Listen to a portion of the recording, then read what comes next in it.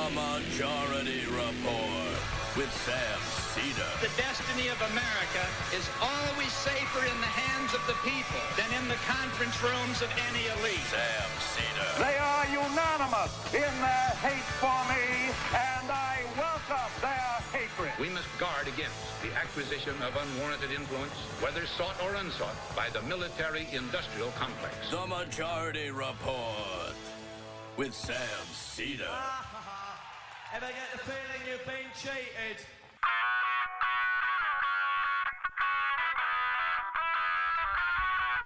It is Thursday, January 3rd, 2019. My name is Sam Seder. This is the 5-time award-winning Majority Report.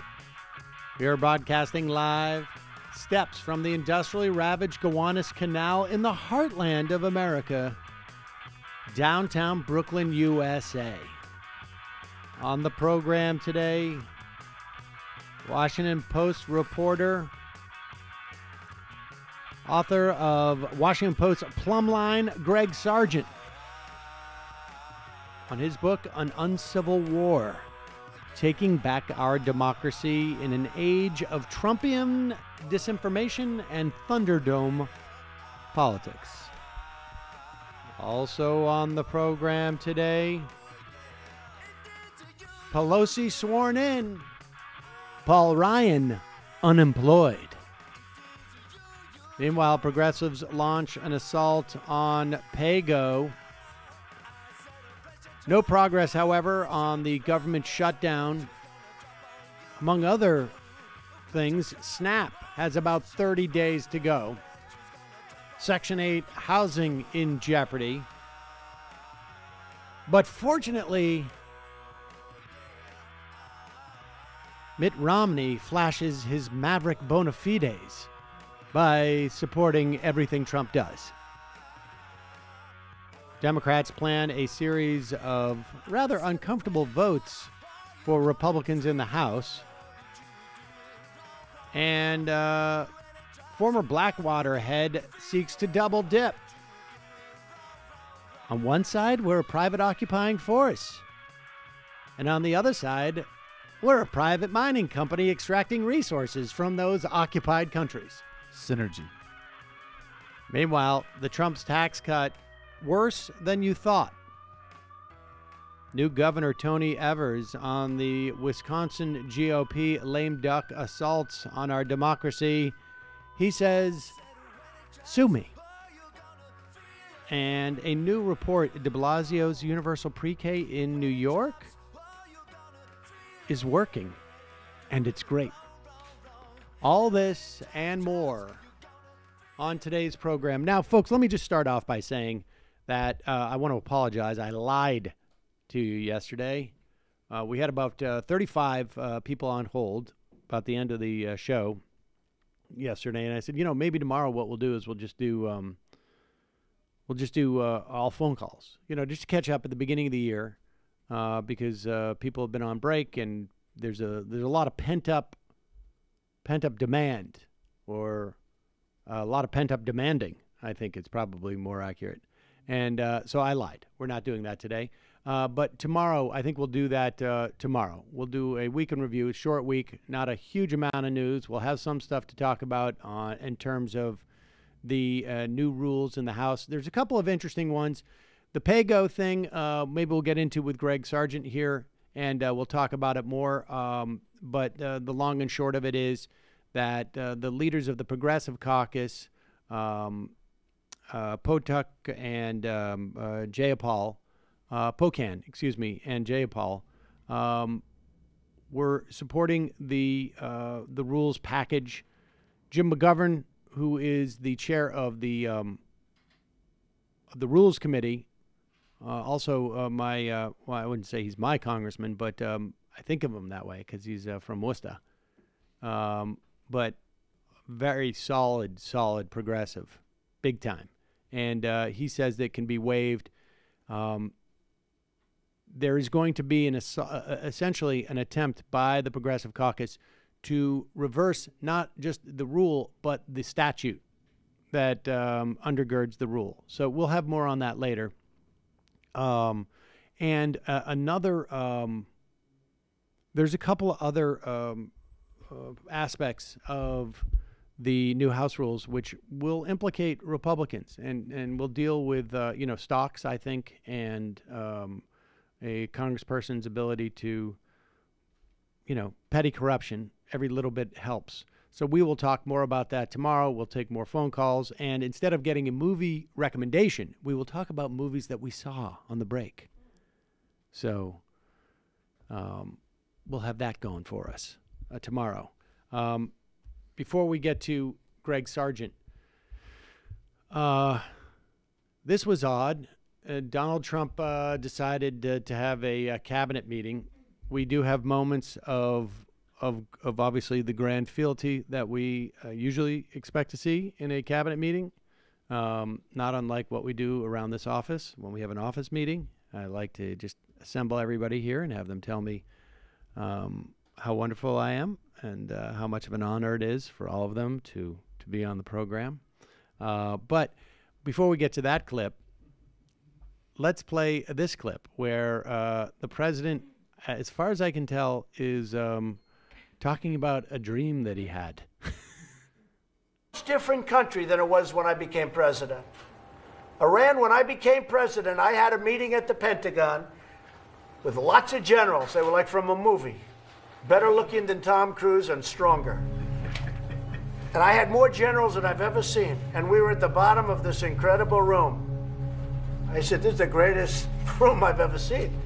I saw more computer boards than I think that they make today. And every part of the Middle East and other places that was under attack because of Iran. And I said to myself, wow. I mean, you look at Yemen, you look at Syria, you look at every place. Saudi Arabia was under siege. They were all, I mean, they wanted Yemen because of the long border with Saudi Arabia. That's why they're there, frankly. What? But every place was under siege. And I actually asked the question, how do you stop these people? They're all over the place. They had plenty of money. President Obama had just given them $150 billion. Who was he even talking about?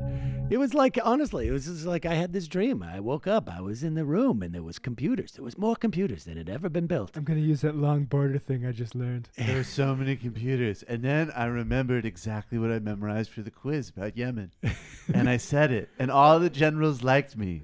And they said I was and great. They were strong, so strong. And they were strong, and their jawlines were perfect. Not like Tom Cruise. I feel like Anthony Adamaric should sue Trump for doing this now. Like, I feel like he does that. Like, Trump's not even doing it like Trump did it. He's doing it like Adamaric did. It's like if Dennis Miller literally started saying bop, bop, bop. Yeah, exactly.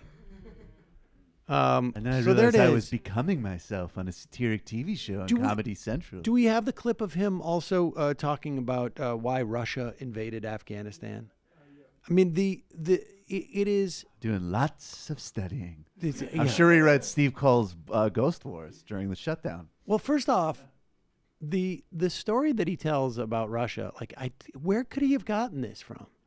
I mean, that's a good question. This is Rachel. No. I mean, honestly, like, there's. Where did he get that information? It's beyond Reader's Digest. And, like, he has access to all of these advisors, right? It's Bolton, right? You think talking about Iran? No, Iran is Bolton. I don't know Afghanistan. where the Russia stuff probably does come from conversation with Putin. No probably, joke. Right? Like, literally. I'm not. That's this. not. This you is, don't have to be donut to think Putin. that. There's nowhere else he would have had this conversation or B gotten this interpretation from. The reason why the Soviet Union went into Afghanistan was because they had a client government in Afghanistan that was essentially being assaulted by all fronts because they were so oppressive. And the Russians wanted to maintain their client government. But listen to Donald Trump try and explain the Russian, or I should say the Soviet-Afghanistan conflict. We're going to do something that's right. We are talking to the Taliban. We're talking to a lot of different people. But here's the thing, because you mentioned India. India is there. Russia is there. Russia used to be the Soviet Union. Afghanistan made it Russia. because they went bankrupt fighting in Afghanistan, Russia. So you take a look at other countries. Pakistan is there. They should be fighting. But Russia should be fighting. The reason Russia was in Afghanistan was because terrorists were going into Russia. They were right to be there. The problem is it was a tough fight. And literally they went bankrupt. They went into being called Russia again as opposed to the Soviet Union. You know, a lot of these places you're reading about now are no longer part of Russia because of Afghanistan. I mean, so that's really inaccurate. I mean, that's Wait, but what? that's like no, but that's the kind of inaccuracy that it's hilarious to hear him say, and he probably did hear from Putin. But it's also like the broader fear mongering and a just complete lack of historical information could lead a lot of people, I bet, to accept that interpretation. Oh, definitely. And the Russians specifically, with their own sort of imperial projection, you got to connect that understanding to justifying what they do in Chechnya. They run their own Islamophobic foreign policy. And then to take the part about how like it turned him into Russia, you know, like I could understand if he was trying to explain this to a 5-year-old, but he's sitting in a room full of people who theoretically at least have a fairly sophisticated understanding of world politics. I can't and believe I'm history. doing this, but do you think he was, and again, purely recycled from Putin, was he trying to say, and this, a factor in the Soviet Union collapsing was how much they were bled out by fighting that war. Is he trying to say that in a dumb way? Oh yeah. Yeah. Oh yeah. I think that is. I mean, I don't think it was. It certainly wasn't the only reason why. But it was a big factor. No, it was a big factor, no doubt. But I'm saying, like, he's so dumb that he doesn't have the ability to express that, like, the Soviet Union broke up. But they called it Russia again. But it turned him into Russia. They had a big meeting, and that guy and like this and is how you would explain Boris it. Yeltsin. This is how who you would was a explain big it fan. to a 5-year-old. He loved But me. you're in a room of exclusively adults, sophisticated adults, and you figure out that he's not explaining it to a 5-year-old. He's a 5-year-old. I'm sorry, tangent and petty tangent. Has Jonathan Chait written a piece about this yet? Right. Because I would very much like to see what kind of fever dream that's. It's like renaming a building. Like they had to rename it. They had to rename the building. The naming rights. They had to sell the naming rights. That's how he. Yes. All right. We got to take a break. When we come back, we will talk to Greg Sargent about his book, An Uncivil War, and find out if we can ever recover from any of this ever. We'll see. We'll be right back. Just change the name.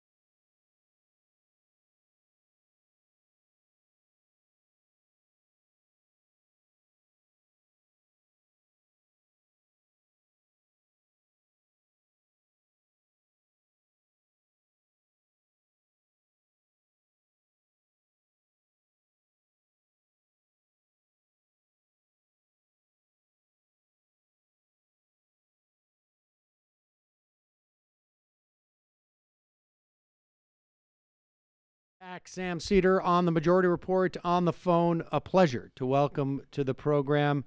He is a Washington Post opinion writer, the author of Washington Post Plumline, and author of his latest, An Uncivil War, Taking Back Our Democracy in an Age of Trumpian Disinformation and Thunderdome Politics. We'll put a link at majority.fm. Greg Sargent, welcome to the program. Thanks for having me on. So, Greg, it's a real pleasure to have you on. I read you almost on a daily basis, and have for a long time. Probably, I don't know, when Talking Points memo. The old TPM days. Right. So this is pretty OG stuff here on some level, because the argument, and I think this audience is well versed with the machinations, the implications of gerrymandering and self-sorting to the extent that has taken place. I think this audience is fairly well briefed on the assault on our democracy and the norms. But let's talk a little bit about that. I mean, place Trump in context within the modern Republican Party as to what is straining our system, if you will. Well, the case I make in the book is that, Trump represents both an exacerbation of and a kind of exploitation of long-running trends. So to talk about the topics that you brought up, I mean, here's a guy who took the conventional Republican complaints about voter fraud, which Republicans have been, claiming for many years as a justification for suppressing the vote of Democratic constituencies. And he took that claim and ramped it up to a kind of cartoon level of hyperbole and warning that really, pushes it to an entirely different place, right? He went out there and he I think I talked to historians about this, and I really couldn't find another example of it in American history. But he explicitly and openly in the run-up to the election said, the outcome of the election won't be legitimate unless I win it. Now, that's not something we've heard before, and it's a fundamental break in certain ways from what we've heard from Republicans in the past. In the 2018 elections, he went out there and he essentially did the same thing, kind of attacking. He lent the White House's imprimatur to voter fraud by saying in pretty much every forum that he could that voter fraud is a real thing and we need to watch out for it. That's the President of the United States endorsing voter suppression tactics. I mean, we've seen some of that under Bush, but this was really a different level entirely. And so the case I make in the book is that he couldn't have done this if Republican audiences hadn't been primed for it for many years. But on the other hand, he's taking it to a level of irresponsibility and recklessness that I don't think we can say we've seen before. Right, and so you make the case that any solutions to something like this have to sort of go beyond Trump. But let's talk about some of the other problems that exacerbate this, because I am with you in that dynamic there. That Trump was sort of the natural progression, but maybe it crosses a line that just makes it a little bit more cartoonish. But in some respects, I mean, you talk about also the way that Trump lies. Let's talk about that. But I also, because of your history in covering this stuff, and particularly sort of with a somewhat critical eye to the media, I see a similar progression between the way that the press deals with Donald Trump lying and the way that the press dealt with, frankly, Paul Ryan lying. He would lie about different things, but there was a sense that, nobody challenged Paul Ryan on stuff that everyone sort of knew was BS. But what do you think about that point? Yeah, look, I think that's a legitimate point, and we can't let the criticism of Trump distract us from what we've seen from the Republican Party for many years, for sure. But on the other hand, it really is true that Trump represents a bit of a break from conventional Republican practices when it comes to the press as well. I mean, if you look at the level of lying, it's really, I think it really is important to understand it as a kind of a sort of quasi-totalitarian style of disinformation that is in some respects new and is in some respects placing new strains on the press and the media. We just haven't seen this kind of concerted level of intense, nonstop, in repetitive dishonesty and disinformation from the White House before. I mean, you could argue that the consequences of Bush's lying were worse in certain ways. I mean, the Iraq War and so forth. But this still is a sort of level of destructive lying that is its own thing, right?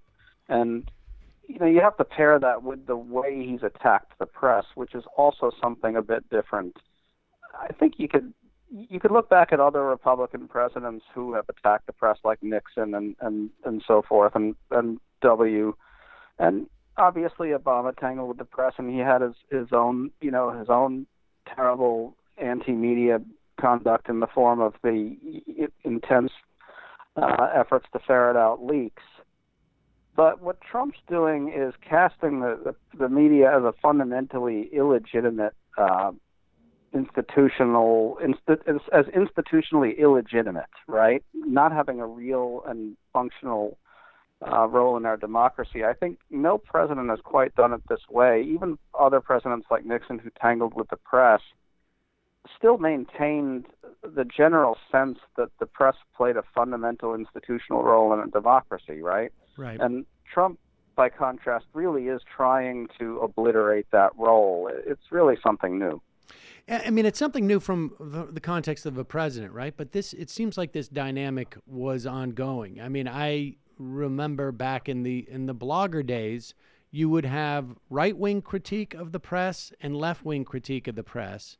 And the left-wing critique of the press was accepted the premise of the press, right? It basically said, like, we just want you to do better in these instances, as opposed to the right-wing critique of the press, which was that it was fundamentally dishonest and couldn't be trusted, period. And right, that's a real distinction for sure. Yeah.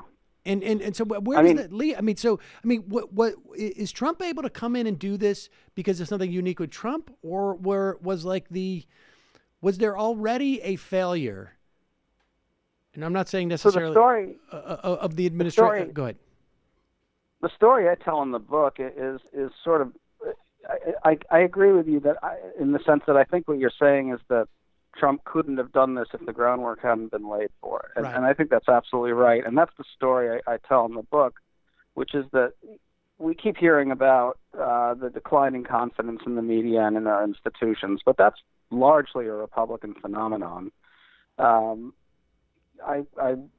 I have a lot of data in there which essentially shows that it's mostly Republicans that have turned on the media. And I agree. The story I tell there is that we've had decades and decades of conservative attacks on the press that have essentially been fundamentally different from the liberal critique of the press. The left accepts the fundamental and core liberal democratic values of the media and accepts that the press has a core institutional role to play. The right is trying to really delegitimize that role, and I don't think you could have had Trump step in and do this if Republican audiences hadn't been primed by that message for many years.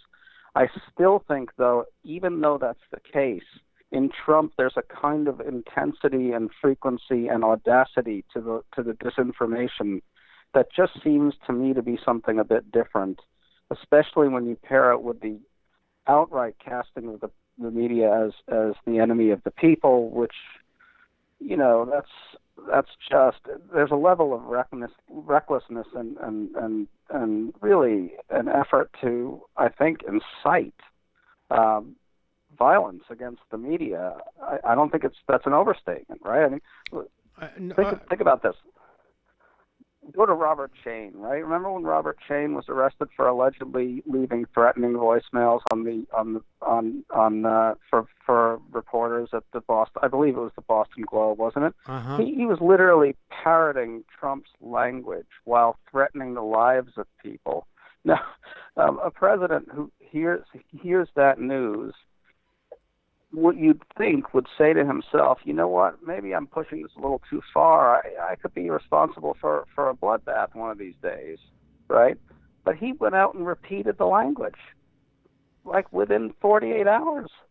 And that seems to me to be a level of incitement that I'm not sure we've seen before. Okay, so what is going on? I mean, what is that because he's just crazy? I mean, the funny thing is that the ground was softened, and I think it was softened. Right.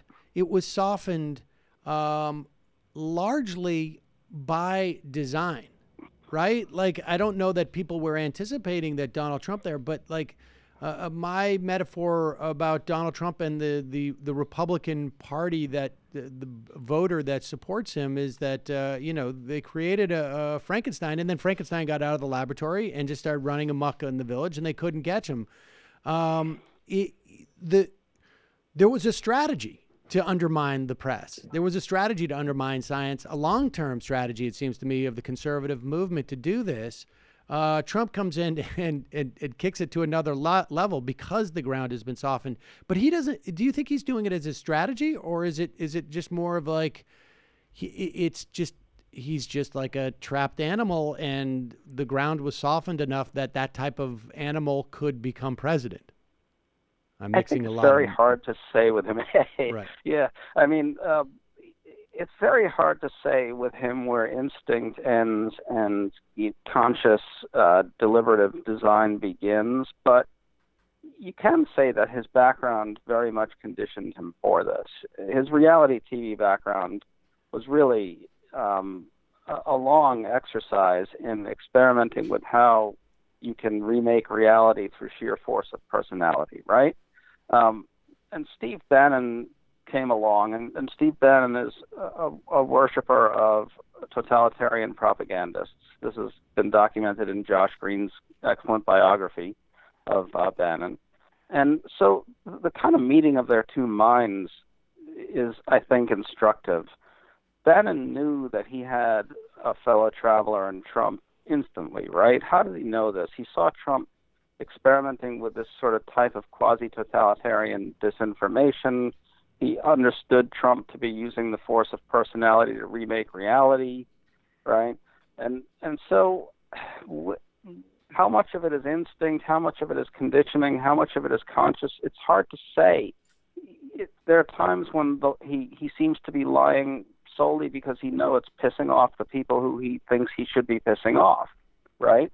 And so I don't know. We can kind of go down a rabbit hole endlessly trying to figure out how carefully crafted a strategy it is. It's just an approach, I think, is the way to think about it, that maybe has taken on a cultural life of its own under Trump. And I don't know what to say other than that about it. I feel like it is in some key ways it can be seen as deliberate, because he seems to know that he can rub out any kind of collective agreement on facts, or at least that he seems to want to do that. I think he clearly understands that that's what he's trying to do. Well, I guess the question is relevant only insofar as, is it that he is so good at this, or is it that our system is so weakened that it is susceptible to this?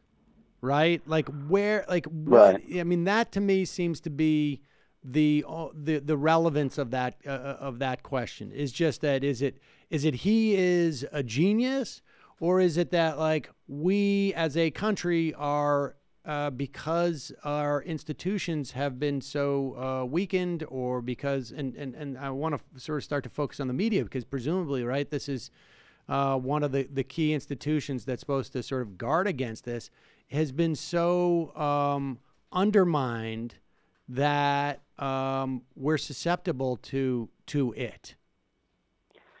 Well, I'd give a double answer to that. My take on this, and this is what I discuss in the book. I think it's true, as you say, that one of the big stories, at least of the 2016 election, was that Trump really did find a way to exploit some really profound institutional weaknesses on the part of the media. That was evident in numerous ways. As I recount in the book, there were extensive examples of running of the rallies unfiltered, with news executives even admitting at one point that they were doing it for the purposes of ratings and that it was irresistible to them. Then there was also Trump skillfully exploiting what we all call both sidesism of the media, in which the press simply couldn't refrain from placing a kind of equivalent question mark over the heads of both Hillary Clinton and Trump, even though Hillary Clinton was at worst, right, maybe being dishonest in a very conventional political way, whereas Trump had been for many months engaged in a kind of level of disinformation that was clearly something else entirely. So those two institutional weaknesses right there were very clearly exploited by Trump. And by the way, you saw that very high negatives for both candidates, right? And many polls showed that people viewed Hillary Clinton and Donald Trump as equivalently dishonest, which was an amazing thing, right?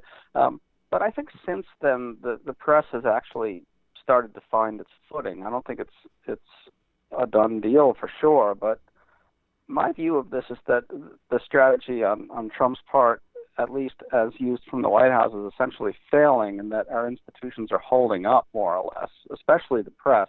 I think there are plenty of flaws, but look at that last election, right? I mean, they ran one of the most virulently xenophobic campaigns I think we've ever seen, or at least definitely not in recent memory, with really a level of lying and propaganda that was extraordinary, and it just failed completely, right?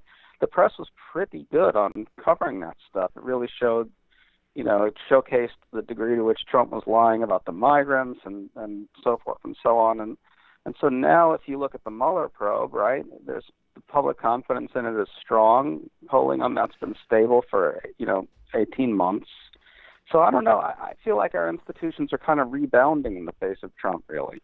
But because it's funny that you say the migrants, because I was going to cite the Caravan as a perfect example of the failure of the press. I mean, it didn't work, right? Like, I mean, it's quite possible that that the election's outcome was sort of predetermined on some level.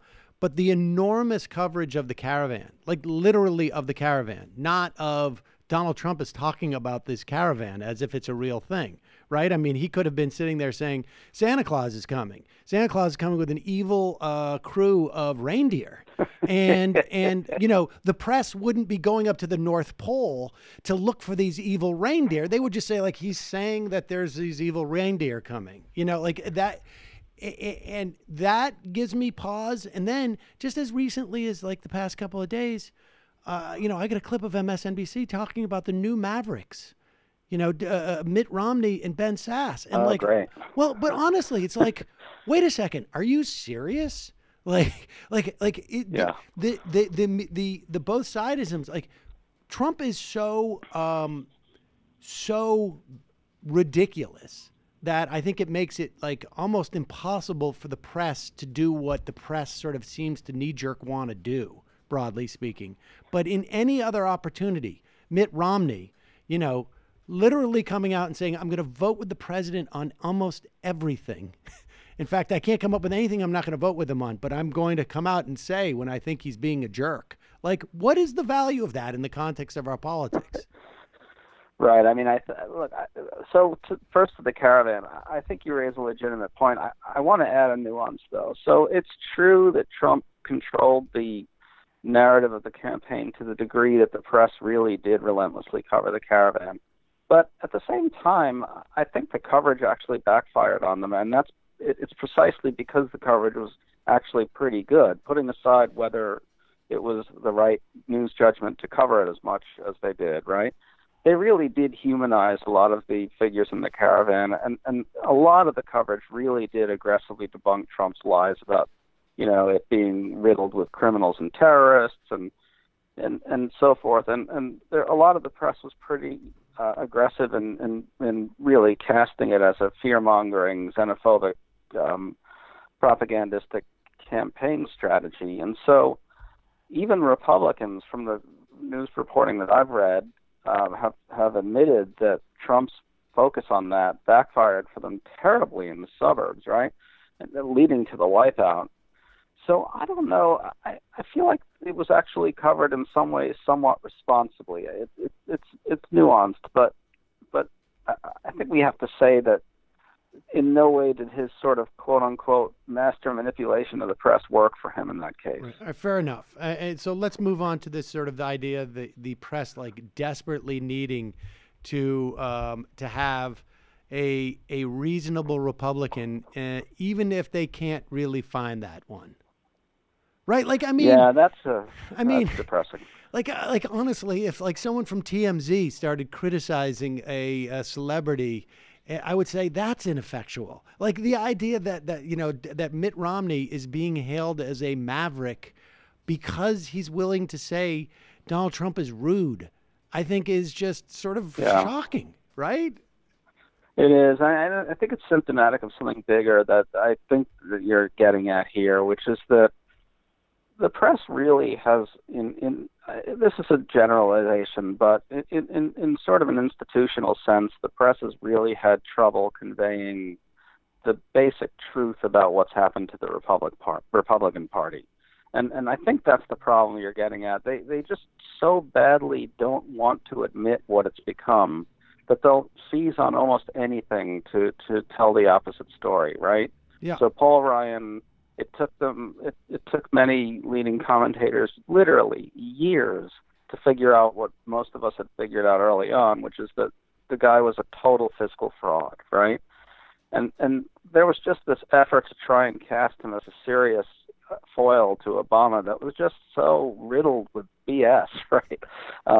So there's that example. Then Romney comes along and the broader thing here is that the never Trumpers often kind of get a kid glove kind of treatment from the news media that I think is symptomatic of this problem. That They so badly want to portray the Republican Party as somehow not really responsible for Trump or somehow distinct and separate from Trump that they often kind of hype up these never Trumpers into something that they really don't deserve the heroic label for.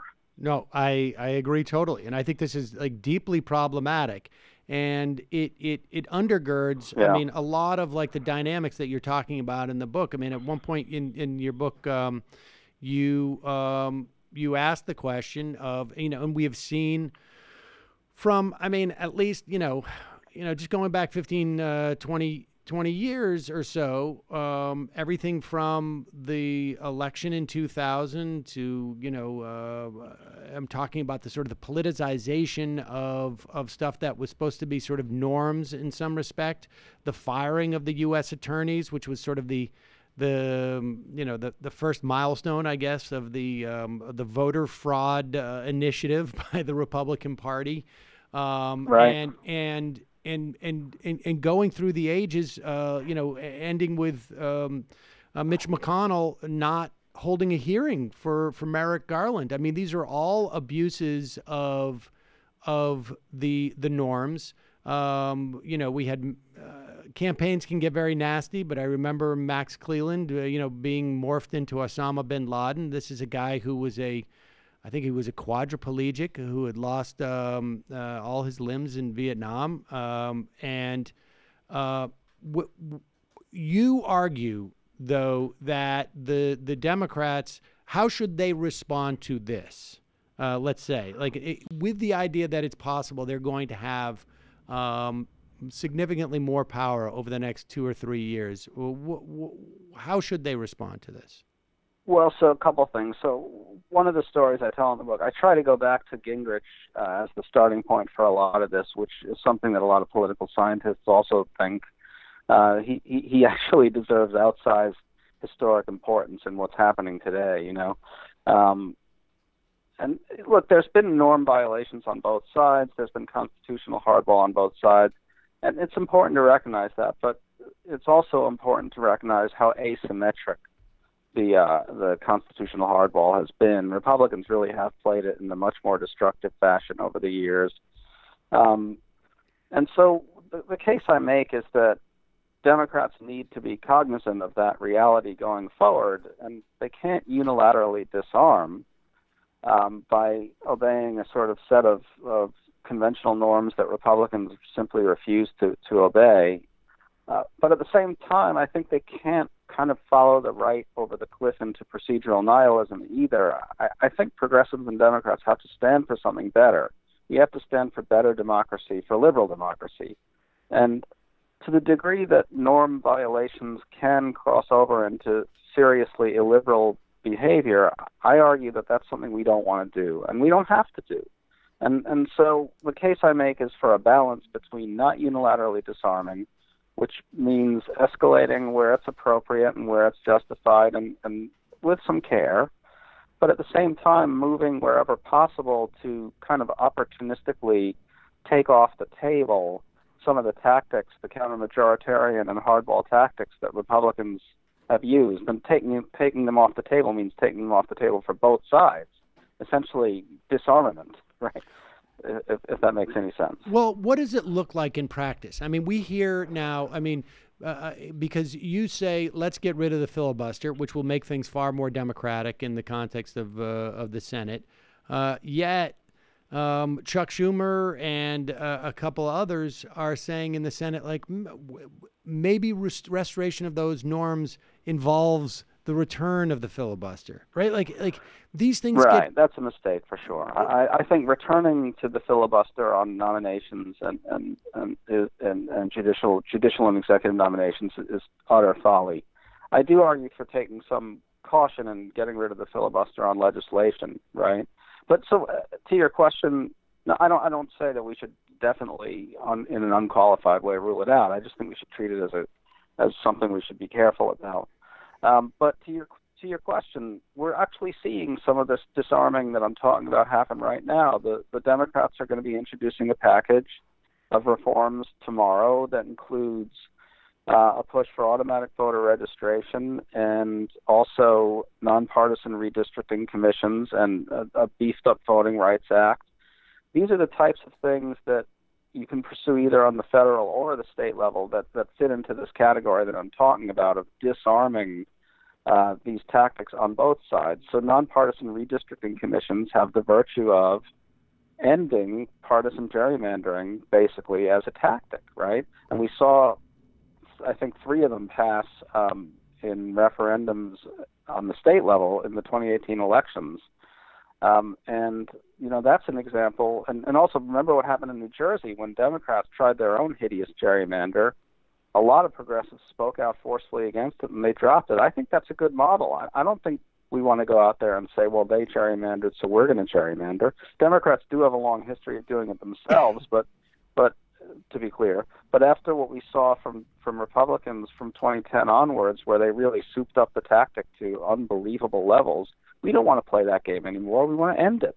Right. So the idea is to push more of a protect the institutions of democracy agenda, which will, I mean, right. For those of us who are partisan in this conversation, will ultimately, at least we think, benefit the left, broadly speaking, because the people who are disenfranchised tend to be people who are more amenable to the left. What about things like when you so that's the democracy agenda when we talk about increasing voting rights and maybe even in some reforms in the House. One of the things they're passing, I think probably as we speak or shortly afterwards, will be the Gephardt rule, which, you know, no longer allows for the debt ceiling to become a hostage in negotiations.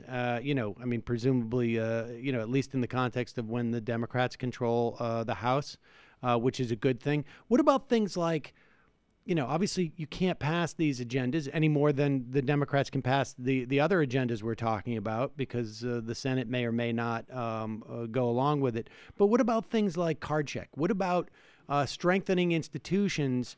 Where does that fit in your in the matrix of what is and is not appropriate within the context of sort of maintaining some structure of norms?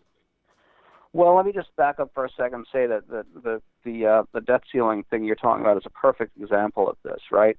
So many leading Republicans, when they played debt ceiling brinkmanship, none of them wanted us to default. They understood how destructive it was, but they used it as a bargaining tactic, as a hostage-taking tactic, and that was incredibly destructive. And so now this is something that can be disarmed for both sides, right? Right. And so now that's getting taken off the table, and hopefully, if Republicans take back the House, it'll stay that way. But I should also point out that it's not hopeless, by the way. We did see nonpartisan redistricting commissions pass in a few states. We saw automatic voter registration in Michigan in 2018. Automatic voter registration, a huge reform. It's passing in state after state. I think it's up over a dozen now, right? These are really potentially transformative over time. If we can get these things through on the state level and state after state, it really adds up. I think we need to think of this as something we can do and not something that's hopeless. Let's talk just a little bit about what do you think about something like card check, where the Democratic Party comes in and starts to also look at things that aren't necessarily sort of process, I guess, votes or initiatives, but are aimed at solidifying their power, but in a way that I personally think that we have a disequilibrium between labor and capital, strengthening the hand of unions. Well, I'm all for that. I mean, I don't see that. I don't see that as any kind of norm violation. I don't see why it would be. I mean, that's the important dividing line should be between conduct that is fundamentally destructive to democratic institutions and democratic relations, and conduct which we should, I think of as something we don't want to do, stuff that really crosses over into illiberal conduct, right? And then on the better side of the line, stuff that essentially constitutes winning the argument in politics, which is really the bread and butter of things, right? So if Democrats can get stuff through that strengthens unions, yes, that helps them politically, but that's to me, I don't see why that's a hardball tactic in the same kind of way. It's essentially, this is the give and take of politics, right? Sometimes you win, sometimes the majority wins and gets its way. We just want to, I think, stay away from the type of procedural nihilism that the right has engaged in, which really is something much more destructive, is fundamentally illiberal, and is not something we need to do, I don't think, to win. Do you think there's a big push for that? Well, it's a little hard to say. I mean, I think there was, right? There's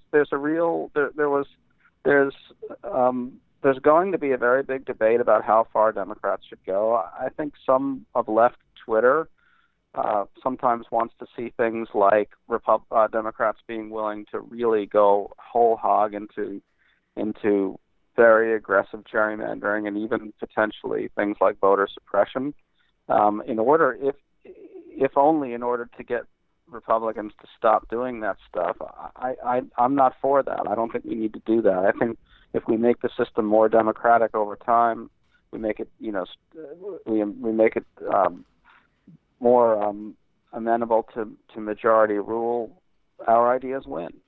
All right. Lastly, I want to just touch on this because I found this fascinating, and I saw it first in the form of I think a tweet thread when you were talking about Ben Wickler, who was recently, was recently the Move On communications director, also former Air America producer, I should say, but he had a fascinating insight about the asymmetry when it came to something like the government shutdown. So let's tell us about that story, and then let's just talk about this shutdown lastly to get a sense of where we are with this. Sure. Well, so in the book, one thing that I discuss is the asymmetric incentives between the two parties, which is one of the things, the deeper structural reasons that Republicans end up playing so much more constitutional hardball than Democrats do.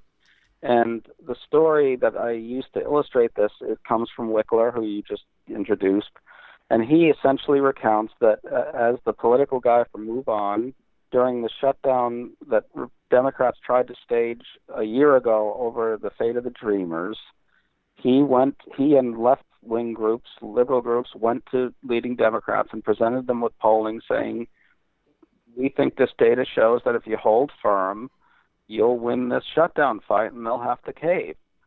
And, of course, that didn't happen. Democrats caved within a couple days, and the message that was sent back to the liberal groups from some of these senators was, we really just couldn't take the heat from the mainstream criticism of us.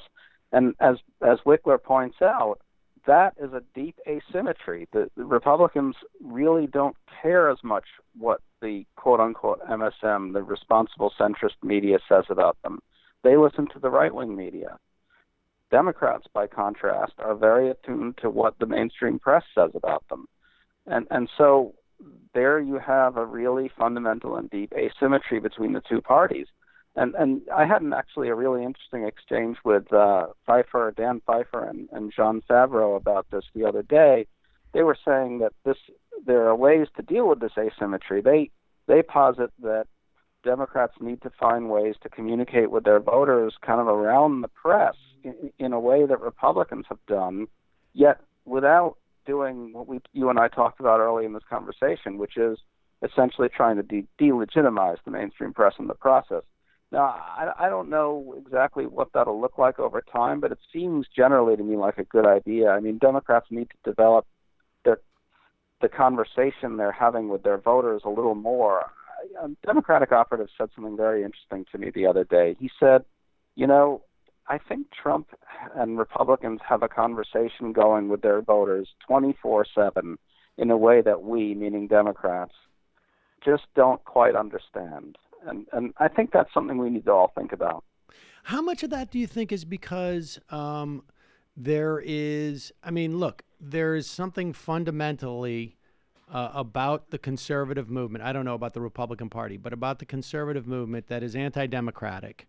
That is, fundamentally, right? I mean, philosophically, ideologically, the libertarian roots of this is fundamentally anti-democratic. Right. And that there's a consistency and an understanding there, but when Chuck Schumer or and I can't remember who the other senator was that had come out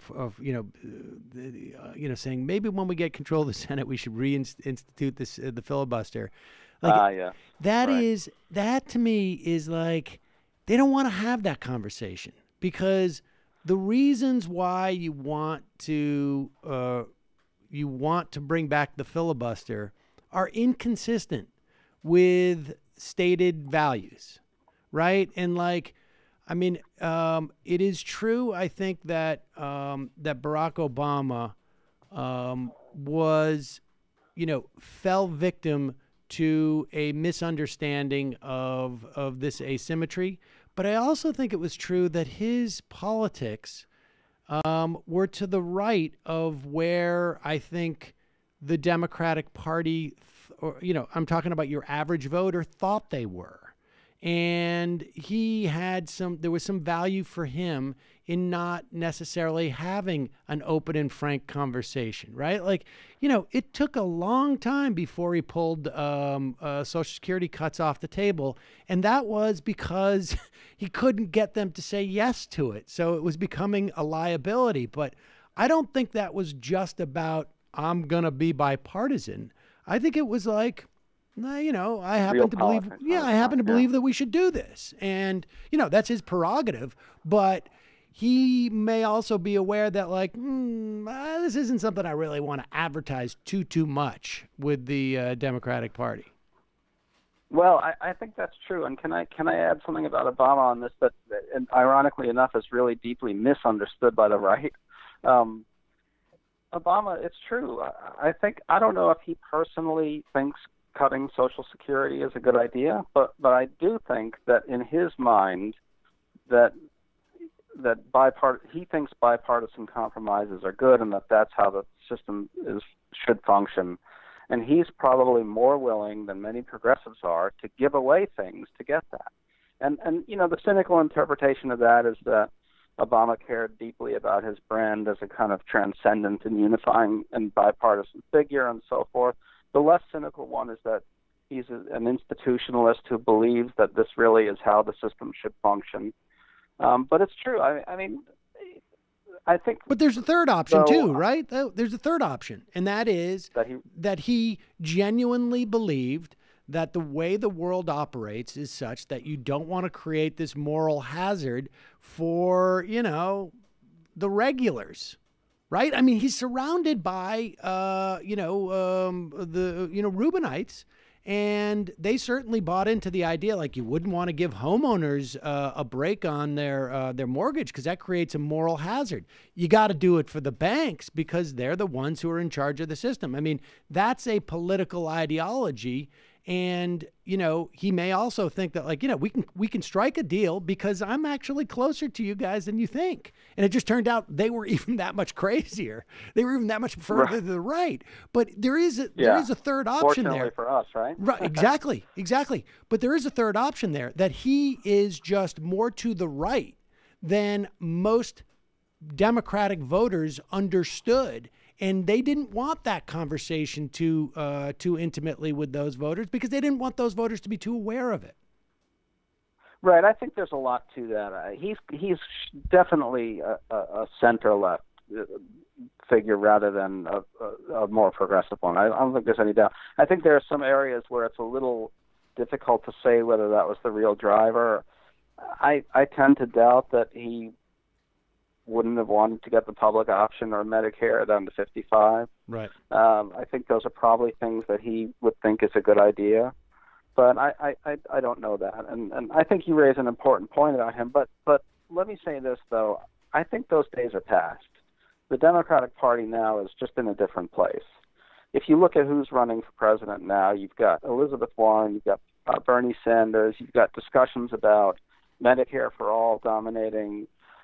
It's simply impossible for me to imagine the nominee being in that same kind of place that you're talking about, in that kind of same center-left economic space. There's just, I think part of it, by the way, ironically, is what you raised, which is the truly reactionary and plutocratic nature of the Republican Party is so unavoidable now that there's no real percentage in talking about meeting them in the middle on some of this stuff. And so that's having a bit of a liberating effect for the conversation among Democrats, don't you think? I mean, I do. Right? I mean, I do. Like yeah, nobody's going to believe we can reach across the aisle. Although I got to say, and what gives me sort of shivers about this is that, I don't need to use any names. I don't want to put you in any type of discomfort. But the same guy who realizes 5 or 10 years too late that Paul Ryan was actually a charlatan this whole time, tweets out today, we should really take Mitt Romney's, op-ed seriously. And it's like, what? Where was this? Are we rinse, repeat? I mean, that's crazy to me. So yeah, I think I know what you're talking about there. I mean, that's right. It's just, you can, and somehow the tweet just got on top of the board here on TV. But actions ultimately speak louder than words. But Romney's op-ed is meaningful, a real risk from a usually risk-averse politician. But that's not true. There's simply no risk associated with that. He comes from Utah. Utah does not particularly like Donald Trump. They love his policies, but they think he's rude. And that's all that he's doing.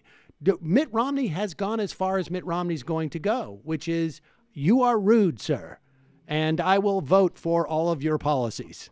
And that is right. Useless. It is. It's less than useless. I mean, it's. I agree. Yeah. I mean, I just want to reiterate though, the Democratic Party is in such a different place now. Right. This kind of, this kind of gravitational pull that the elite centrists used to have.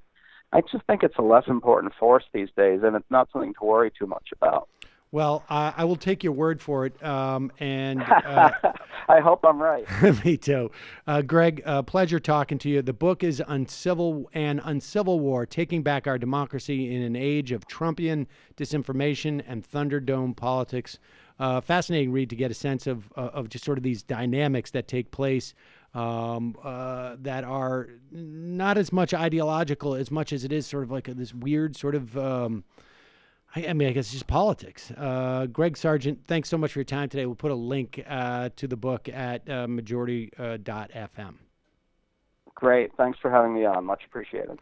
All right, folks, we're going to take a quick break and head into the fun half of the program. And again, tomorrow we will take, we'll go all in on calls tomorrow and IMs, and we'll make it... like a full-on freebie Friday tomorrow. But just a reminder, you can support this program by going to jointhemajorityreport.com, and by becoming a member, you get access to the extra content that we have after the show. Or you get, sometimes bonus content like that... that 90 minutes of my smug condescension to a guy, calling him a grifter to his face. That was quite liberating. It was anemic. Explaining to I him. chose my words very carefully. Let me just say, I chose my words very carefully. If you haven't seen the debate, if you're not giving yourself the privilege of being a member of this show, you don't know what I'm talking about. But if you did, you know how funny that is. Yeah, we're on the verge of making a poster for the live show, and apathetically steamrolling the truth may even make it on there. I think it really encapsulates what we're all about here at the Majority Report. It'd be good if we monetize that. Yeah, actually. we should. Really great. I'm sorry, Brandon. Hi. This is I'm calling from the law firm of Levin, Kratz and Levin, and I just wanted to let you know that you're using a trademark term that is trademarked by Sam Seder. Yo, we put a trademark. We very consciously chose that trademark. We chose it very carefully. It's our brand, apathetically steamrolling the truth on a daily basis. Nonchalantly trademarking the truth in that case. That part where I just got to, it's a spoiler, but just the way it actually devolves into like, Sam is, by the way, a in pedagogy would be horrible, but basically a condescending, frustrated / cynically amused middle school teacher with like a particularly not able to understand information student who also happens to be extremely aggressive. Like, yes, not like, how can I get my way out of this C-, but like, you don't get it. My C- is an A+. Right. And you're just like, no, it would be an A+ if you did it. It was fun. All right, folks. Anyways.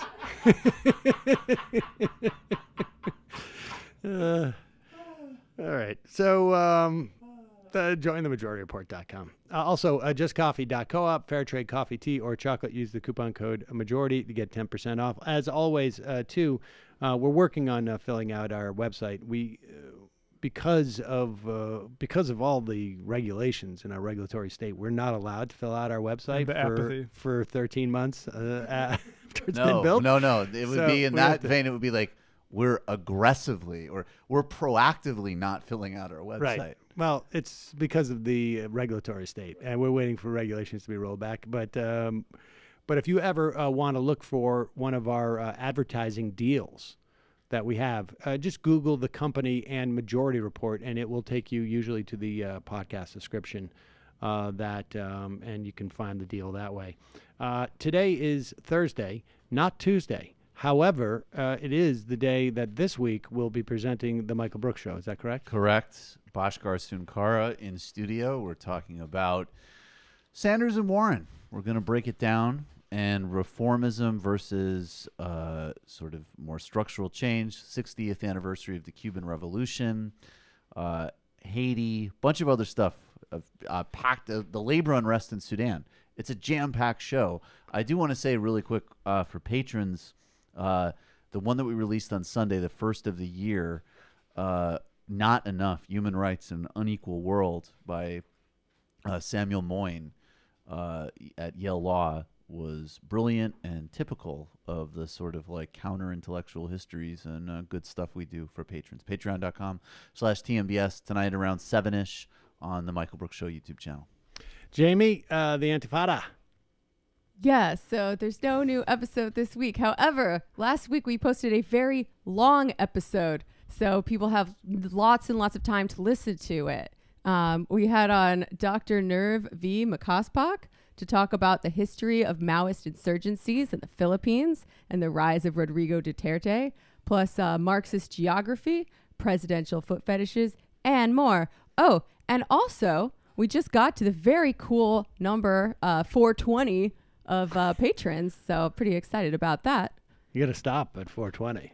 You gotta Nice. stop for a while. Right? But there's another even better number that we're trying to get to called 666. And when we do that, we're going to send all of our $5 and up patrons Dr. Antifada's deluxe prize pack containing stickers and probably some other stuff. Right. Other witchcraft. Mm-hmm. Right? Satan stuff. Exactly. Satan stuff. And Matt? Yeah, check out the Literary Hangover. Soon for members, actually this weekend, I just have to proof listen to it, is part 1 of 2 of the second volume of Hope Leslie for all you Hope heads out there. And there's about 1,000 of you. So that's going up for members this weekend. You got that market cornered. It totally.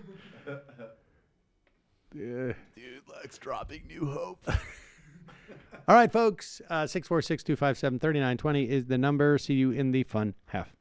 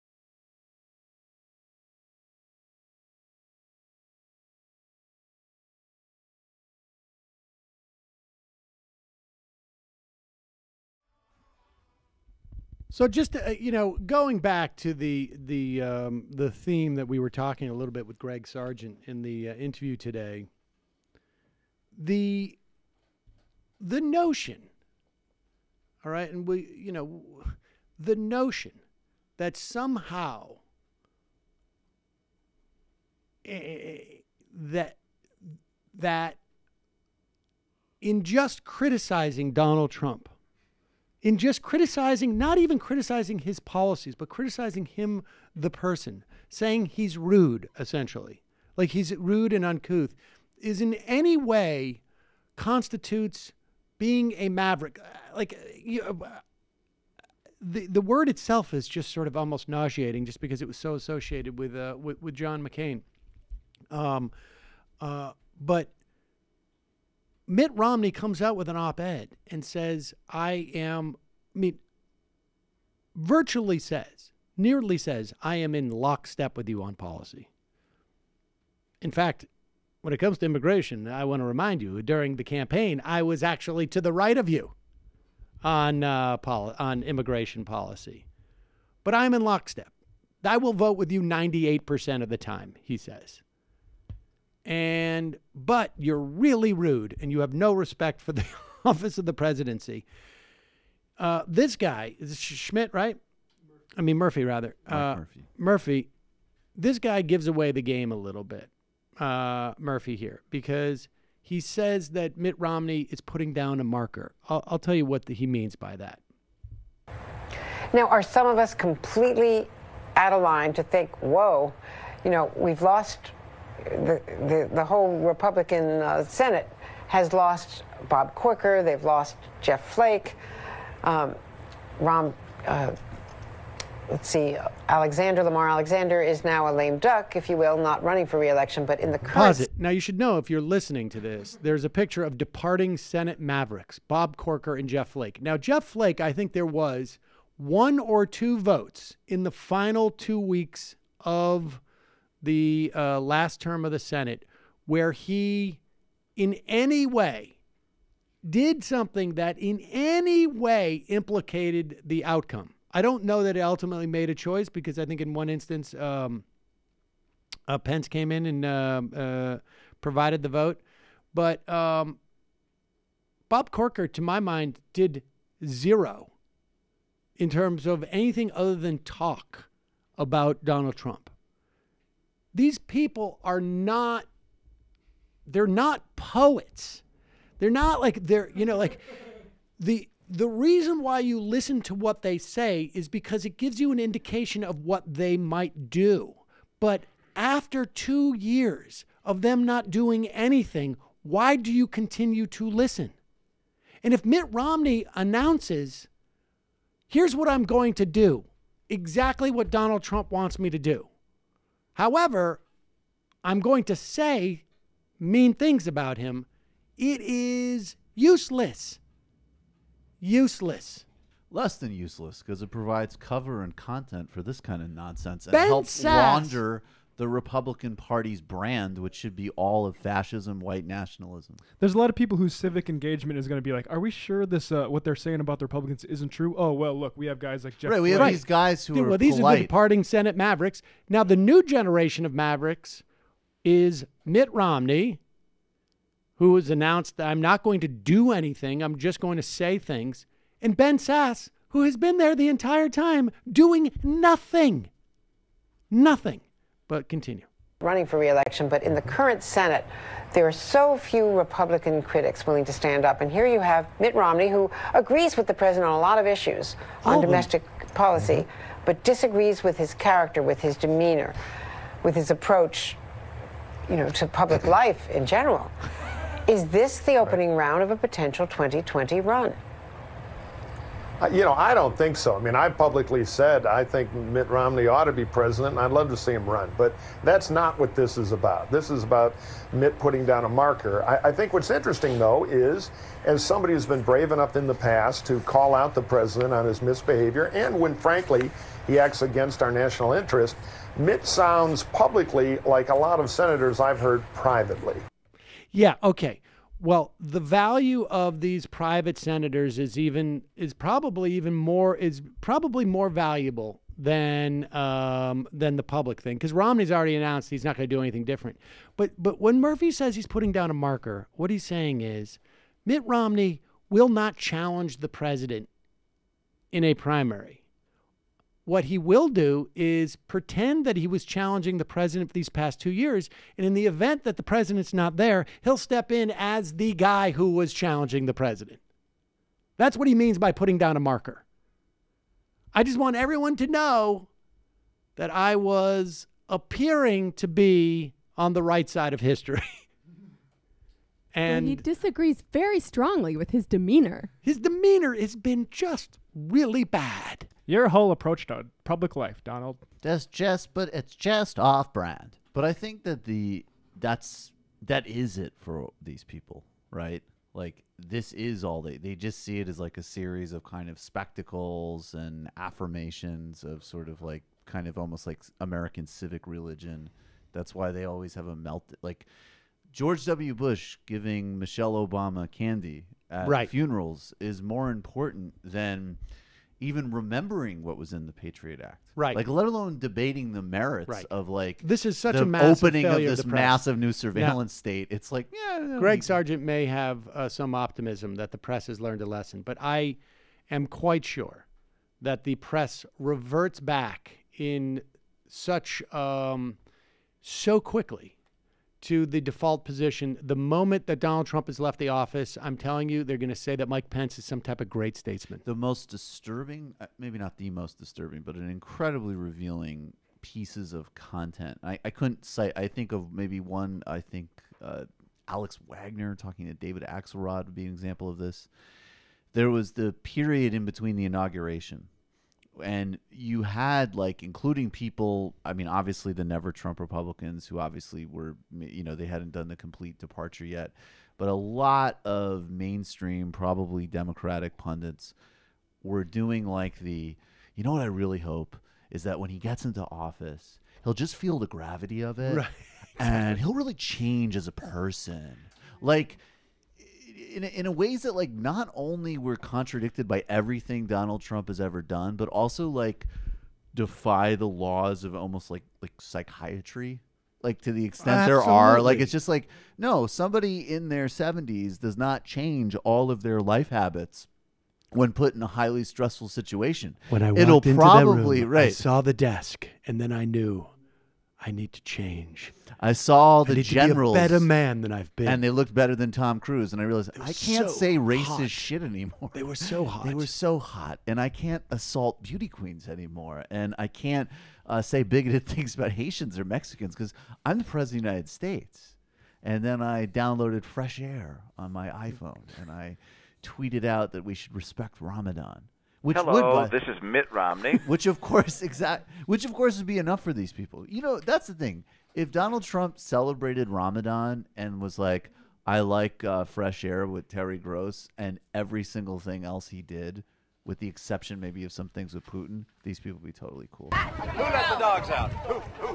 Oh my God. But, like, even I hope he runs through. That all being said, I would love to see Mitt Romney run for president again. Oh, he totally should. He's enormously for the country. entertaining. For the country. Oh, yeah, totally for the country. We could all use a little comic relief. But even if we are going to think on Romney's level here, if anyone's a maverick in terms of demeanor within the Republican Party, it's still Trump.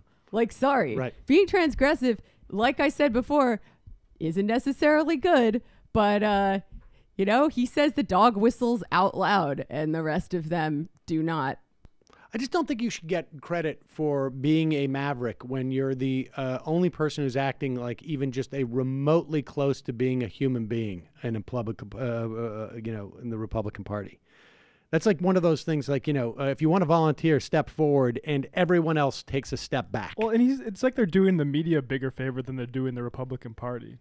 It's right, bizarre. Because they allow the media to fill nonsense content and continue these fictions. Meanwhile, in the press conference yesterday, the cabinet meeting, we had our requisite member of the cabinet who was in charge of fawning over President Trump that day to make him feel good, who got the short straw this week. Matt?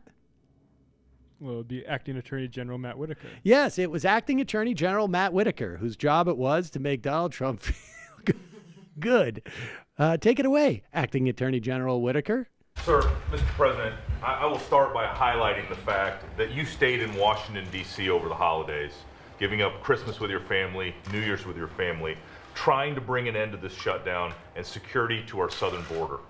While some members of Congress went on vacation and ignored the problem. You have demonstrated your dedication to delivering on this critical issue for our country and for the American people, but Congress has to act. They have to fund the wall. It is undeniable that a border wall improves the security of our southern border. A wall would reduce the flow of drugs, gangs like the violent MS-13, and criminals across our border, like you highlighted the brave officer who was a legal immigrant who was murdered by an illegal immigrant in California. I love the fact that they claim that he couldn't spend time with his family. It sounds to me like your family didn't want to spend time with you, dude. Family left the White House. They could have stayed. No, you go ahead. I'm going to stay here. I'm going to rub peanut butter on my belly and watch Fox News. Whitaker also is a great humanitarian. His hot tub invention for people in wheelchairs. They can't get into hot tubs. So can't get into hot tubs, folks. Did a big difference. So strong. I've used TiVo to skip 4 minutes of commercials in the past hour. Yes. I missed at least 3 new Geico ads. That's how seriously I take the shutdown. Meanwhile, when we're talking about praising authoritarian dictators, or would-be, or soon-to-be, here's Nikki Haley, perhaps the first female American president. It's right here. You've got it right up there. It's a tweet that she did. She wrote, "Congratulations to Brazil's new president, Bolsonaro. It's great to have another U.S.-friendly leader in South America who will join the fight against dictatorships in Venezuela and Cuba." We're so endangered by these countries, and who clearly understands the danger of China's expanding influence in the region. Just for those who are interested, on day 1, Bolsonaro extinguished Food Security Council, which provided food security for people, handed control of Amazon protection and indigenous rights to a huge agribusiness lobby, removed LGBT from human rights protections policies, and dealt with the minimum wage by setting it lower than what was approved by the Congress. Lower than what had already been set. And Yep. just to really underline the hunger thing, one of the accomplishments of the Lula administration was, and this is pretty rare, was, Brazil was on hunger indexes, and it was just eliminated. It went from a serious hunger problem country to we don't have hunger in Brazil anymore by any serious measurable metric. He eliminated that in his presidency. And the second thing is, not only is this an assault on LGBTQ, obviously, but Brazil's actually been a pioneer. There was a long period of time, again, particularly in the aughts when Lula was president and Bush was president, where Brazil was far ahead of us on these issues.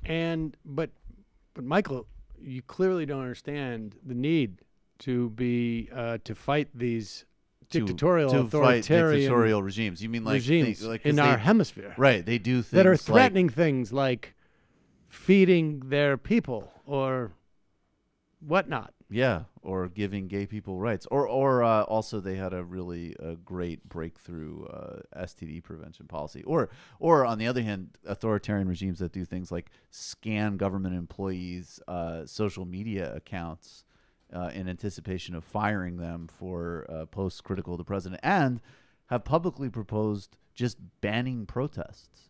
And this is also the same government that Dave Rubin went and did a video on in one of their major networks that supports Bolsonaro, and talked about how Brazil has similar problems that we do to with regards to the war. Correctness. What, you guys got Bolsonaro derangement syndrome down there? Bolsonaro said in his inauguration that socialism and political correctness were done. He literally used that phrase. It's like when Netanyahu said the regressive left. Right, exactly. You have these It's literally, you have these fascistic, authoritarian, grotesque, murderous leaders, and then they do have moron fail sons watching YouTube, feeding them lines from people like Dave Rubin. That's an actual so-called progressives are actually regressive. Exactly. Well, hey, but on the upside, he's going to get rid of the world's most important carbon sink. So there you go. Yeah, is China gonna like intervene, and is that what they're talking about? No. Well, here's just I want to just add this point really quick, because people get all like with their sort of dumb perspective of not supporting the Kurds in Rojava. I'm also a strong critic, as we all are, of Chinese and Russian imperialism, and Chinese having concentration camps for Uyghurs is something we're going to need to talk more about, I think. But I love any move that Venezuela is making, partnering with the Russians or the Chinese or the Nicaraguans, that blocks U.S. military plans in Latin America. Wherever you can get a partnership for yourself to keep your country from being invaded or undermined, I say take it. That's great. So China might be playing an indirect positive role with regards to at least keeping away a coup-hungry United States. This is nice. We have a government shutdown, which of course involves multiple agencies. There's 800,000 workers who are either working without pay. Vast majority are just simply not working.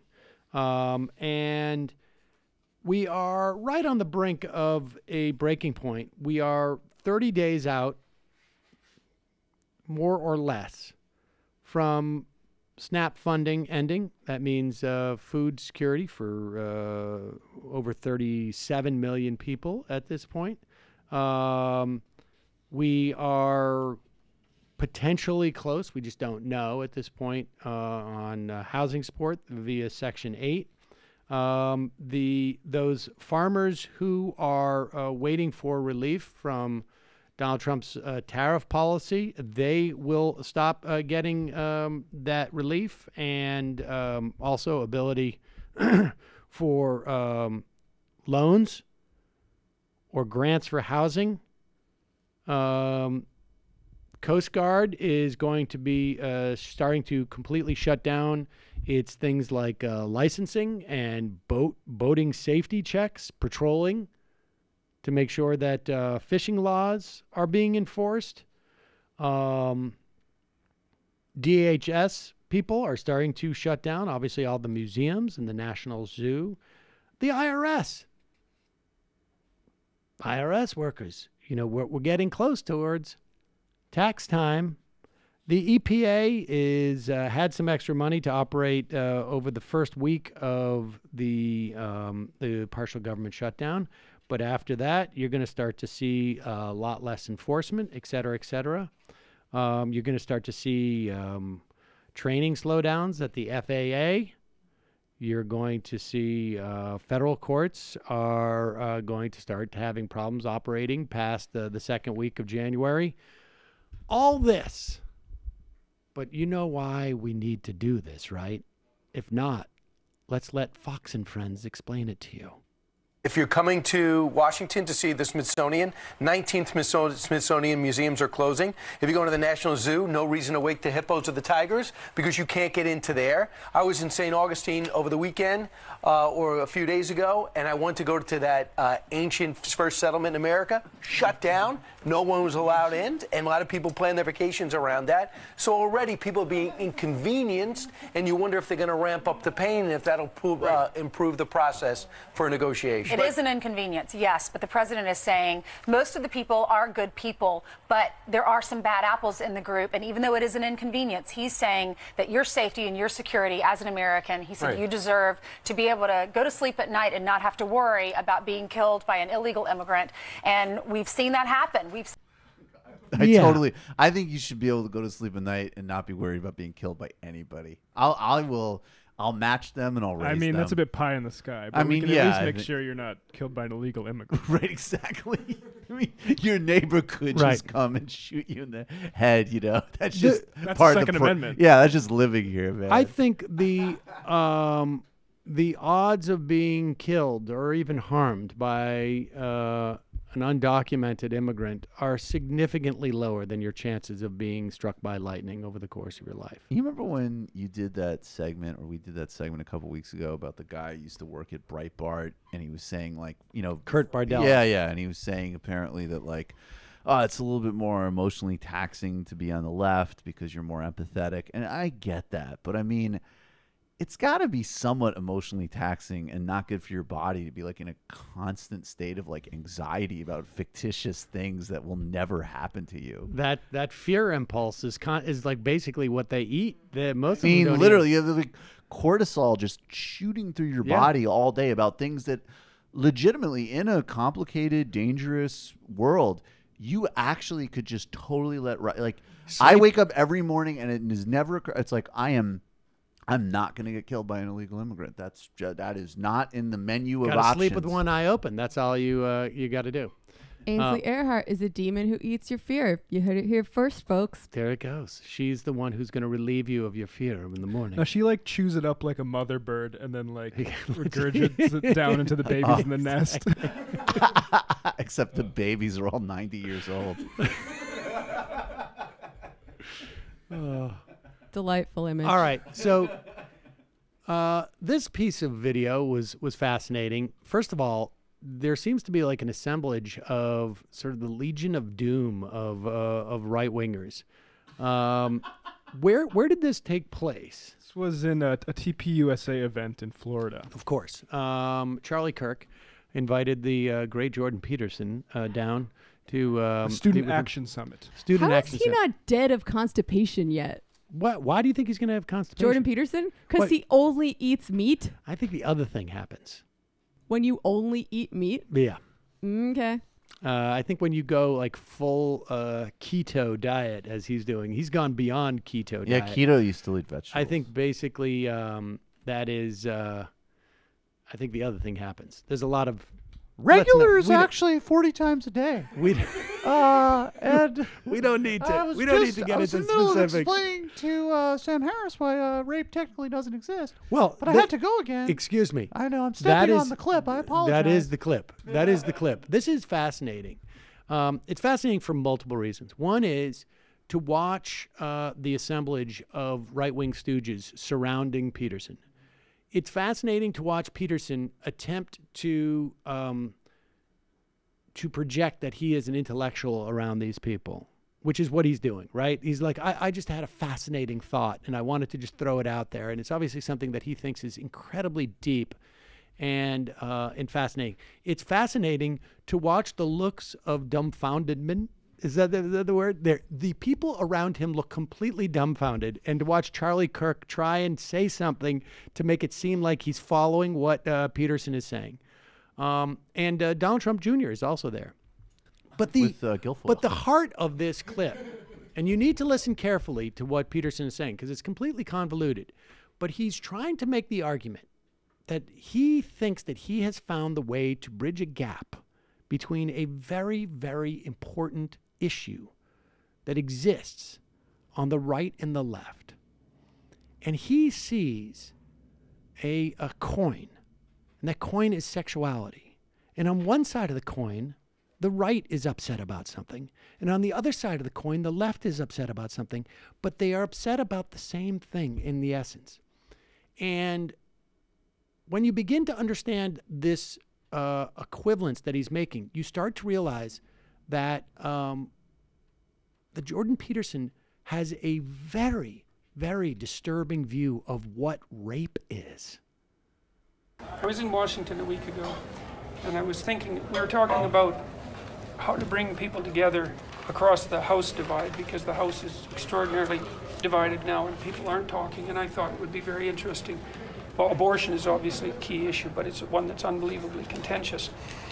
But one of the things I thought about with regards to the abortion issue is that by the time you're talking about abortion, you're probably having the wrong conversation, which is why it's so deeply polarized. Right? There's a sequence of bad decisions that have already occurred by the time that's the conversation. And one of the things you see that's really quite interesting, and I just started to think about it this way in this last week or so, is that the traditional right, the conservative types, are pushing quite hard and always have, for the encapsulation of sexual behavior within a fairly traditional structured marriage, right? But you know, you're seeing sexual taboos. Sexual taboos are very common across cultures, but you're seeing the same thing emerge on the left in a completely different form. Because on the one hand, especially the radical leftist types, their basic claim is that anything goes, right? But at the same time, they're putting forward these affirmative consent regulations and laws in many states, and they're insisting that we live in the middle of a rape culture, and that they're acting as if sex is a very volatile and dangerous enterprise, which actually happens to be the case. And so there's, even though that issue is extraordinarily tense, partly because people on the left, I would say, would like to let 1,000 flowers bloom, let's say, there is an accruing agreement that there's some deep discussion that has to be had about sexual morality. And that's a place where, despite the differences, that some sort of bipartisan discussion might occur. It's like, obviously people are very upset about the manner in which sexual activity is occurring among, especially among young people. They're upset on the left and they're upset on the right. So it would be, well, so that's one of the things I thought I might discuss today. I think that would be very powerful. Yeah, it's how to encapsulate it. I mean, and it's partly, I think it's partly also a consequence. Pause, wait a second. Okay. Now, look, I before we get to the Charlie Kirk thing, we're going to go backwards, okay, just a little bit so that we can recatch that. But understand what he's saying here. He is saying that there is a sexual taboo on the left, which he calls rape.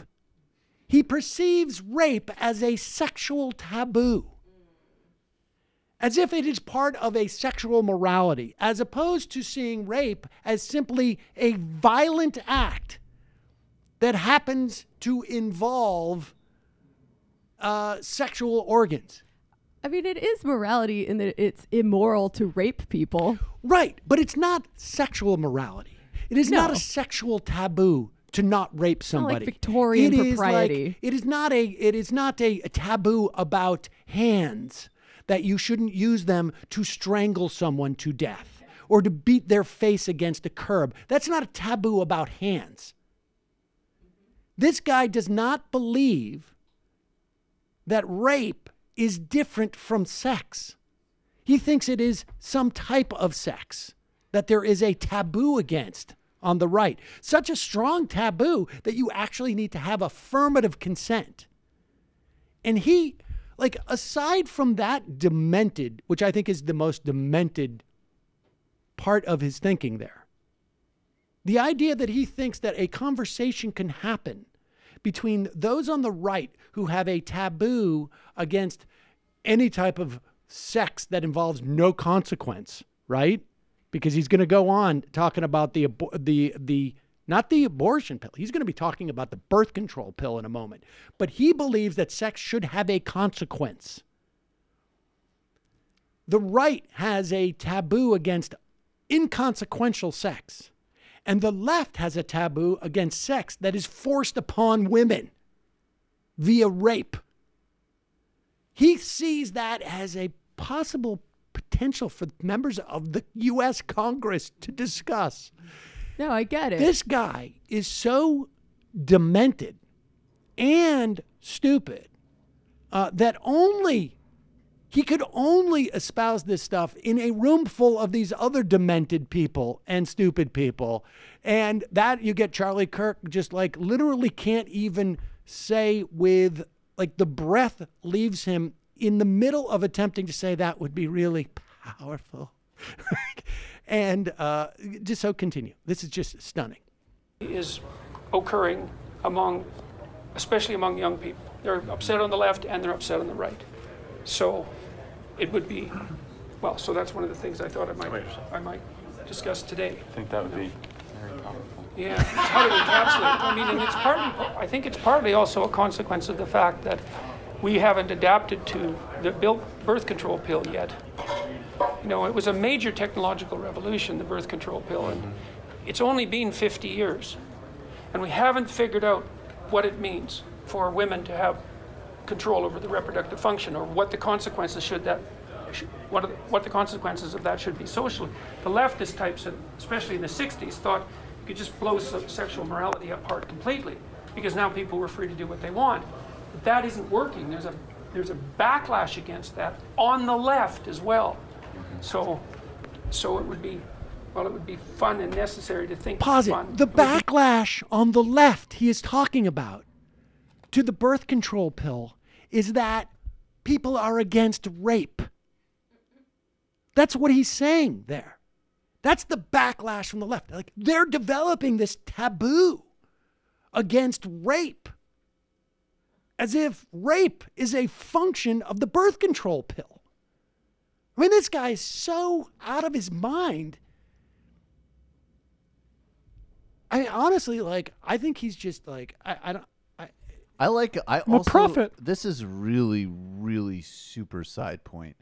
But, like, he's talking to Donald Trump Jr. and Kimberly Guilfoyle about sexual morality. Like, this is just not your correct audience. Like, there's just something hysterical and not reading that they look, all of them. No, he reads totally it, of course. boring. This is his shtick. Are you kidding? He likes wants that they that look look bored. of befuddlement because it makes him feel like he's operating on a different plane that is above theirs. Just finish this up here. Super deep. Fun and necessary to think fun. It would be engaging and necessary to think that through, because maybe there's some room for a real discussion about that. So I want a lot of your speech today to be questions, if you can. 'Cause this audience would love. How much of it? 70%, if possible. All right, so how long do you want me to talk? I think we have you slated for quite a long time. Oh my God. Also, bitches be trifling? No, I get it. The right is mad that women have too many choices, and the left is mad that women's choices aren't being respected. It's totally the same. But there is a taboo on the left. Like, they have a problem with like this notion that women should have to give consent. That is a taboo that they have developed. I mean, it really is stunning. And he is right about the fact that some people have yet to come to grips with the fact that women have control over their own body and the implications of that. And I would say that Jordan Peterson is example number one, is patient zero of people who have I'm the not 12th monkey. who've not come to grips with the idea that women can actually support themselves now because they can control their own body. It's problematic for society. Also, speaking of sexual morality, if we go back to the clip here, you can notice Bumble Jack in the background. Oh, that's right.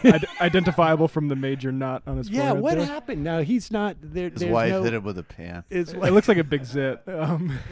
After his wife hit him with a pan. Well, speculation.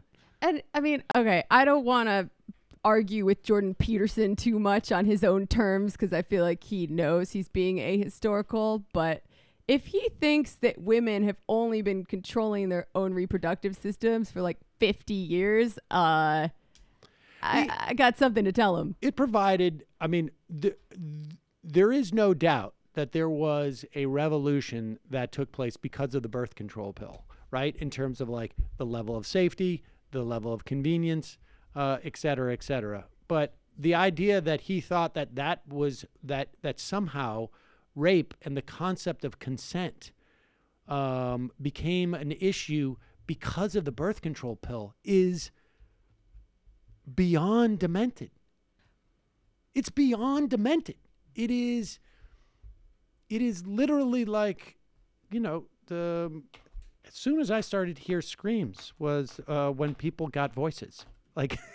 It's crazy. It's crazy. Yeah. He also needs to read some Sylvia Federici. I don't think he's going to do much of any of that. He should read more he should read some Ryan Eisler. Let's go to the phones. Calling from a 647 area code. Who's this? Where are you calling from?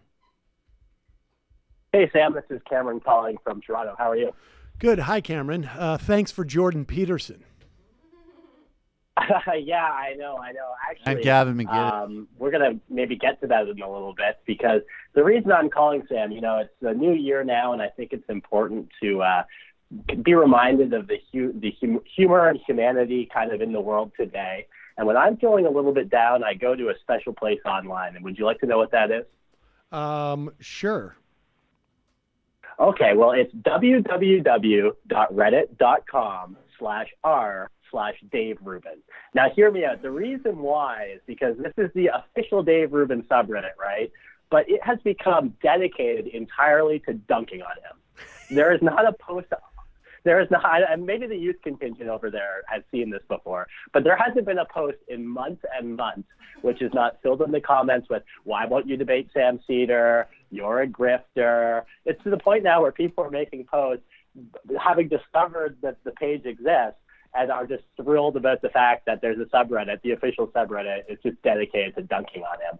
And, I used to feel a little bit bad about this, but then I remember that this is a guy who had Stefan Molyneux on the program. Right. He gave him an hour to talk about race and IQ a year ago. And to this day, despite him having gone to Poland, I'm sorry, we were at the page, and I'm very proud. It's a really puerile title, which is why I like it, but our new Michael Brooks show video, Dummy Dave Rubin and the Dodgy Imam, is up there. Nice. This looks like a really good... The two of you and David Pac-Man are basically the heroes of that page at this point. And, like the guy is such a grifter that it warms the cockles of my heart that, there's an entire community, and he knows about it too. Like on one of his shows, somebody asked him why his subreddit hates him, and the look of depression on his face was almost too much. Well, that's really when you're gonna have these guys who are racist on your show. The only response that we have is satire and ridicule, and that's what I think you guys do so well on there. He is willing. He is willing to have these racists and these types on a show, but I am not allowed because Michael once put up a video saying that he was dumb, and I apologized, and I docked Michael about 2.5 years of pay. And wow, you're even talking about that. I was frankly, of course, I care nothing for material things. I was just so upset that my free speech was violated. I violated his free speech. I was taken off of the battlefield of ideas. I took him. I red carded him on the battlefield of ideas, and yet he refuses to engage with me. But all right, well, let me ask you this. There was a time back when Canada would send us things like John Candy or the Second City or Eugene Levy and the Kids in the Hall, and now you're sending us stuff like Gavin McGinnis and Jordan Peterson. What's going on up there? Yeah, you're not sending us your best. I'm not really sure because, first of all, you have to remember that we also sent you David Frum, right? I'm actually not as critical of those guys as you are, but it's always been a mixed bag. Actually, and come to speak of it, Jordan Peterson and Dave Rubin recorded an episode across from the building I live in a year and a half ago. So it's not something in the water. We're not all crazy, but I don't know what it is. I think it's just we have, in some senses, the same sort of. Part of it is the fact that it's like a kind of a provincial country, right? Even if you grow up in Toronto or something, you are attracted to moving to the U.S., right? Because that's where the action is. We're covered in your media, and part of the nature is that if you're a grifter in this country, it's a little bit more of a British sort of conservative style of culture. So if you want to just go steal a bunch of money from people and talk out of your ass on TV, you've got to go to the States. That's just the way it is. You're not going to get on the CBC with that nonsense. You're not going to hit the big time unless you get to the States. Appreciate that. Thank you. Thanks very much. People in Canada are too send cold fronts too down here. Just eat steak strips. Calling from a 478 area code. Who's this? Where are you calling from? Hello, this is Mitt Romney. I'm just kidding, Sam. It's Jeff from Georgia. How are you? Jeff from Georgia. What's happening, Jeff? Hey, man, happy New Year to you and the whole MR Stars plane going overhead right next to a secret military installation, of course. So it's that. What's okay. it? Hey, man, you got a stove. there's a plane going on overhead, man. I live next to a large secret military installation. Yeah, this is how it is, man. Did not Can't hear tell you it. where But Happy exactly. New I'll Year's. say very important. Happy New Year to you. Understand New that you're Year, heading man. heading north soon. I am heading north about a month. I'm going to be up there to support my good friend and comrade Michael Brooks' live show, right? And I hope to drop by the studio. Yeah, I think that we can work something out. Me up here. Love that. Yeah, I think we can work something Fantastic. out. I'm looking forward to it more than you could possibly imagine, and I mean that from the bottom of my heart, man. I mean that. Hey, listen, you kind of took the wind out of my sails earlier. Your guest, I do like Greg Sargent. He's one of the better libs out there. But when he said the media has learned a bit from Trump, I also just about threw my television screen through the window. I couldn't believe he said that. They ain't learned shit, Sam. Every time they report what Trump says, it's always in this like semi-panicked voice, right? But whenever any other Republican gets on TV, they continue to treat them with credulity for all manner of right-wing stupidity that they say. And anytime anybody from the left comes on, they're hyper scrutinized, right? Like if you want Medicare for all, their first question is how you gonna pay for that, right? You want to get out of the Middle East, their first question is, well, what about our alliances? What about the world order? What about this huge job loss that we're going to experience in the defense industry? They got all these questions about that shit. They don't got nothing to ask Republicans except, how do you feel about how Donald Trump, makes this country look? Or how do you feel about him prostrating himself to Putin? I don't really give a shit about any of that. And I don't think most people do either. Yeah, I mean, I think I don't know what is going to change the media. I don't think there's been.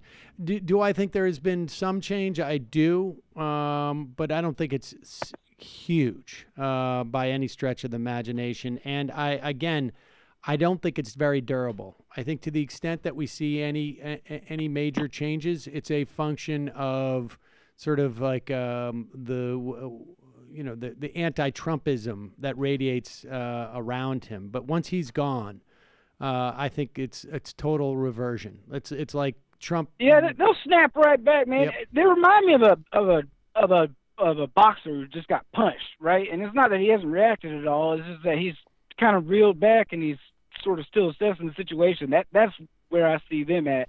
But as soon as Elizabeth Warren starts campaigning in earnest, hell, they haven't even waited. They're already getting ready to kneecap her. Yeah. Right. And if Bernie announces, which I don't think that he's going to, I can't believe you guys didn't bring that up. But that was the biggest message I got from Elizabeth Warren announcing that Bernie's probably not going to run. That's what I've been saying since. I've been saying that for so long. Don't you ever undermine my point, Jim from Georgia. I think it means Bernie's not running, and my predictions are true. I felt that after her announcement about the drug prices, but we'll see. I mean, oh, fuck yourself. I mean, bring it on, Pocahontas. Bernie, bring it on, Pocahontas. Am I right, everybody? It's not my preferred. It's not my preferred path, but I am absolutely. I got no problems voting for her. I foresee that being zero problem for me. Not only will I vote for her, I'll work hard to get other people to vote for her too. But yeah, that's kind of another story. I don't mean to hog your phone line up. All right, Jeff. I want you guys to have a happy New Year. Happy New Year. I'll call you soon, and All I'll right. see you in about a month. I'm coming for you, Georgia Porter. I'm coming hot and hot. We get a lock. Oh boy. We get a lock the doors. Pocahontas, everybody. All right, I get time for one more phone call. You calling from a 708 area code. Who's this? Where are you calling from? Folks, I will get to more calls tomorrow. I promise. I promise we're going to dedicate a big portion of the show to talking to you. Calling from a 708 area code. Who's this? Where are you calling from? Hey, Sam. This is Dragon Slayer 19 calling from the Chicagoland area. How is everyone this new year? Doing very well. Dragonfly 14. What's Dragon Slayer 14? Sorry. Dragon Slayer. Slayer. Sorry. Mm-hmm. Okay. Mm-hmm. What's up? So I have two very quick points. First off, being from Chicago, I know that you guys know that Rahm Emanuel is going out. So a recommendation might be to do like a post-mortem on him, maybe examining his education and the Chicago teacher strikes, or his handling of the Laquan McDonald shootings. I think either of those topics would be really great for a show. Would just simply saying F him and good riddance be enough? Because that's as much about the Rahm Emanuel as I care to even contemplate these days. But go ahead. Possibly. I'm considering but, doing my an second- illicit on him because he actually. It's not just the atrocity of Chicago, but going back to starting. I mean, you know this. Back to the Clintons, through Obama's chief. I mean, he is like a microcosm of everything wrong with the modern Democratic Party. He's bad, folks. All right, what's number 2? So number 2, Sam, the more serious point I wanted to address is, do you know who John McAfee or McAfee is? Is this going to involve whales? Possibly. So for those John of the McAfee listeners who don't know, John go McAfee. Go ahead. McAfee, go ahead. Yeah, John McAfee is the Libertarian presidential candidate who's most well known for having a campaign manager with an eye patch who looks like Big Boss from Metal Gear Solid, and recently a controversy on whale consensual sex laws. And so, Sam, I know that you're gearing up for those libertarian debates, and I know the conventional wisdom would be to attack him head-on on this. But I think that instead you should take a little bit of a Bernie Sanders approach, kind of channel your inner cuck energy and just say, damn that issue. Who fucking cares? What really matters, and this is you sticking to your talking points, is who's paying for the roads to the oceans, okay? And now, I know, 2016, everyone would be talking about the jetpacks, okay? And that's how you'd be able to get to them whales. But it's 2020, and you need something new, something innovative, something creative. And I think you should talk about personal submarines. Now, there's 3 reasons why you want to talk about personal submarines. 1, it appeals to all those libertarian Elon Musk fanboys who think that Elon Musk was the first person to come up with a personal submarine. So you get that under your coat. Number 2, it appeals to those left libertarians who really need to be able to get to their dolphin comrades under the sea to be able to access their nuclear weapons in the Bermuda Triangle. So you'll have them with you. Word. And finally, you'll be taking John McAfee's fucking base by just undercutting him by being nice, but also providing them a way to be able to get to their whales so that they can fuck them. So you'll be able to get that whole coalition you won't be able to and have really sex get with that your 2%. whale. You won't be able to have sex with your whale. Anyways.